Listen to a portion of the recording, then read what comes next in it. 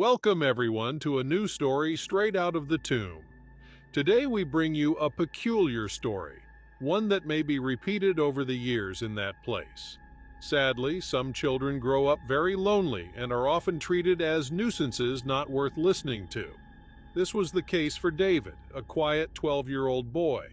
His family had just moved to a new house and were about to start a new life in a peaceful place with many opportunities, and where it was always warm and sunny.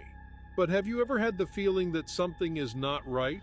That feeling that makes you check every corner with a certain fear? That was what David felt when he entered that house for the first time. That house was very homely, newly refurbished with white walls. However, as you advanced inside, it became more and more gloomy. There was a long hallway that connected the bedrooms, kitchen, and bathroom. The change in temperature was very noticeable once you entered the house. You went from 34 degrees outside to 115 degrees once you were inside the house. As the minutes passed, the cold became more intense. Everything worsened from the moment David started to stay alone all day. His parents worked and arrived at night, so he was always in that house most of the time. At first, they were just noises he heard, nightmares when he slept, or even distant footsteps on the stairs. All of that was the product of David's imagination, or at least that's what he wanted to believe. As the days went by, kitchen utensils, cutlery, plates started falling off.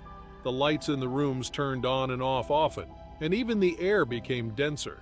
Fascinating how you start to believe in what you thought didn't exist or what you laughed at. David's family began to suffer more and more problems, both personal and at work. Every time David tried to talk to his parents, they simply ignored him or treated him badly for making up such things. Frustrated and increasingly isolated, David simply stopped trying. One day, like any other, David came home from school, cooked, turned on the TV, the PC, and tidied the house. He did everything as usual.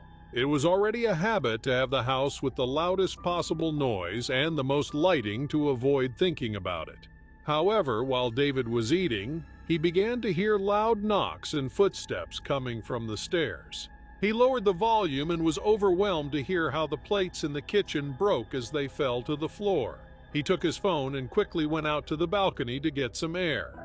He needed to distract himself to avoid falling into paranoia, but the feeling that someone was watching him became increasingly intense. When he saw the long hallway, he felt that something was present there, something he could not see, so he decided to leave the house. David took his wallet, the keys to the house, and left as fast as he could, but something was following him down the stairs. There was no doubt that something was chasing him, as it seemed to be running out of energy as it advanced. Whatever was there didn't want him to leave, and loud knocks began to be heard in the living room. But David didn't stop and managed to get out. He walked to the bus station and waited for hours for his mother, who arrived at 8 o'clock at night. David told her everything that had happened, and his mother reassured him in the best way possible, thinking that something was wrong with him. They walked back to the house, but just before they arrived, while they were talking about how the day had been, she grabbed him by the arm and stood still as she looked at the balcony. David could never forget what he saw on the balcony window. A girl with short hair and pale skin was peering out, staring at them until she disappeared into the house. David's mother didn't have the courage to go inside after that, so she waited for his father, who was very temperamental and got upset when he found them waiting outside.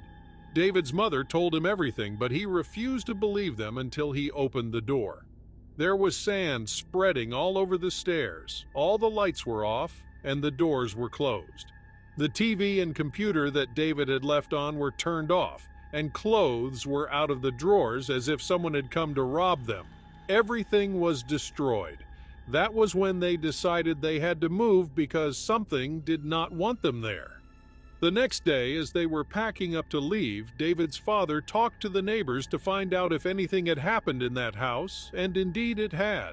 The neighbor told them that a girl had disappeared many years ago, and the parents had committed suicide in that house. She said that no one had been able to stay there for more than a month. David and his family moved out and everything improved. There were no more fights and they got better jobs.